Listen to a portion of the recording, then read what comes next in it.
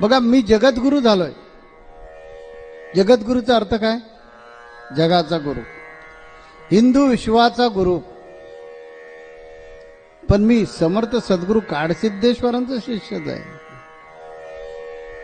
मला कधीच वाटत नाही की मी त्यांचा जगद्गुरु आहे म्हणून. मला त्यांचा बच्चा बनून राहण्यातच आनंद वाटतो.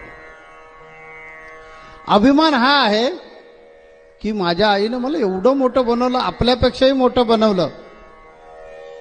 ती बनवणारी केवढी महान असेल.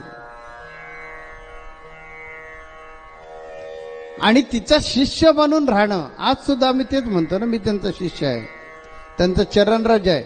मला जर दगडाचा देव कुणी बनवला असेल तर काडसिद्धांनी.